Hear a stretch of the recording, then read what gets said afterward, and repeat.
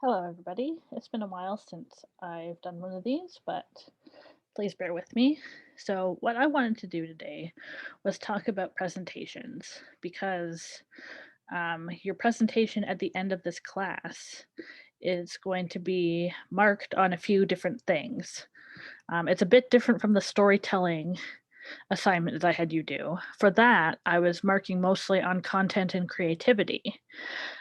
So I wanted to prepare you for actually doing some presentations, um, which will be marked on a few different things. So I'm going to show you what I expect from what's going to happen when you're presenting your own projects.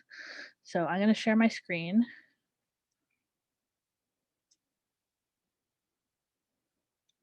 Okay, and I am going to view it. Oh my goodness. Slideshow. There we go.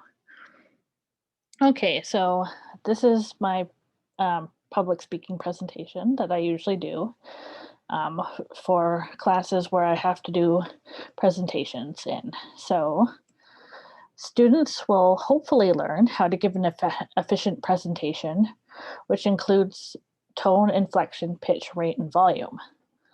So that's some of the things that I want you to be able to learn by the end of this presentation.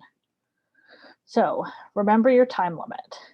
So for your presentation, I'm going to give you about 5 to 7 minutes to give your presentation. So what you should do is organize and practice your presentation beforehand. You can use cue cards if you want. Don't just read off of whatever paper you have in front of you. It works better generally if you have like a few notes that you know you definitely want to mention, but then just sort of continue on with whatever you want to talk about without just reading it off the paper. You can also use your phone to keep track of time for the presentation if you want. So for an efficient presentation, just be yourself. This is your time to present your work. These are your ideas and they are valid. So be confident in your work. So that is one of the main things that you should know about having an efficient presentation.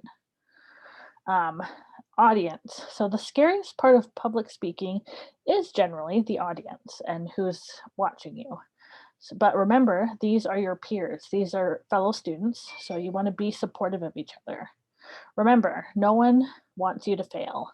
It's okay to be nervous. Things like shaky hands, etc., are usually imperceptible to the audience, so don't worry about that. So moving on to different aspects of the presentation. So the presentation has tone.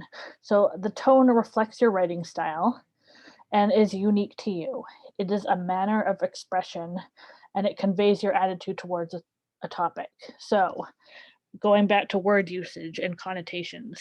So um, this is basically um, giving us the mood that you want to have for your presentation. Inflection. So inflection is the way you say a word which adds meaning. So an upward inflection like this is sometimes a question. Vary this so you don't sound monotone. So when you're speaking, you want to add inflection whenever you have something that is important or that you want to particularly note. Pitch, which is similar to inflection, is the overall pitch of a word or sentence that conveys meaning. If you pitch your voice right, then you don't have to worry about volume. So speak from your diaphragm. I don't know how many of you have ever had to be extremely loud to fill a room. I was in Air Cadet, so I had to do that. But basically, don't speak from your stomach, speak from your diaphragm. It's that little muscle that is at the top of your stomach and the bottom of your lungs. It sort of like separates those two.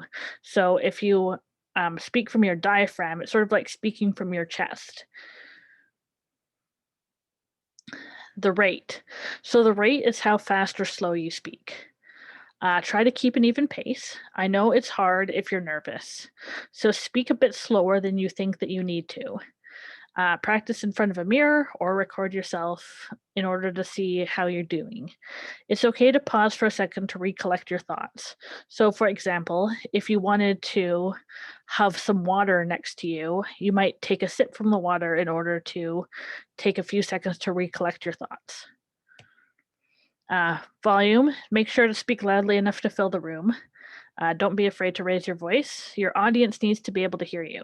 Again, speak from the diaphragm. So, a lot of this is advice that I would give if you were speaking in class. But since we're speaking um, on Zoom, a lot of this is not going to be too terribly like volume and pitch to make sure that you're heard isn't going to be necessarily something that you need to worry about, but rate and inflection are going to be definitely something that you want to keep in mind. So some tips and tricks. Look at the audience every once in a while. So make sure you look around the audience. Have a clear voice. Enunciate. So make sure you pronounce every single letter in every word. Don't be intimidated. Your peers are nothing to be afraid of. Use hand gestures if you're comfortable with it. Practice in front of a mirror. I find this really helps. Record yourself and time yourself to see how you're doing. So those are some tips and tricks that I usually ask students to think about. So questions for you. You don't have to answer these necessarily, but think about them. What is the most difficult thing for you during a presentation? What would make you feel more prepared for your presentation? What calms you down the best? Do you have any questions about the presentation for me? So come to class with these questions. If you have any questions about the presentations, make sure that you come to me and ask me about them.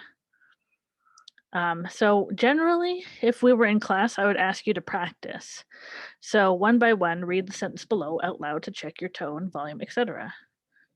So generally, I would say, okay, take this sentence and say it as if you were doing a presentation. It is a truth universally acknowledged that a single man in possession of a good fortune must be in want of a wife. So notice that I inflected that in different ways. The rate was fairly even, and um, I was speaking from the diaphragm, but you can't really tell over Zoom. So a few other things that we could possibly do in class maybe is have a practice. So practice, find a partner, introduce them to the class. You have 5 minutes to make up a backstory for your partner. Or practice three was practicing by doing 1 minute speeches. So those were the practices that I had for an in class presentation. But we will do our best over Zoom. Okay, so that was my little presentation on presentations.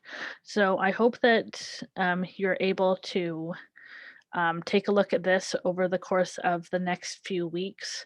And hopefully, when you do your presentation, you'll be able to efficiently do your presentation and present your ideas to the class. Make sure that you um, well, what was I going to say? I was going to say, make sure that you prepare yourself for um, the rate, inflection, pitch, volume, that type of thing um, in advance because I will be marking for those things this time. So make sure that you prepare yourself. So thank you for watching again, and I will see you in class.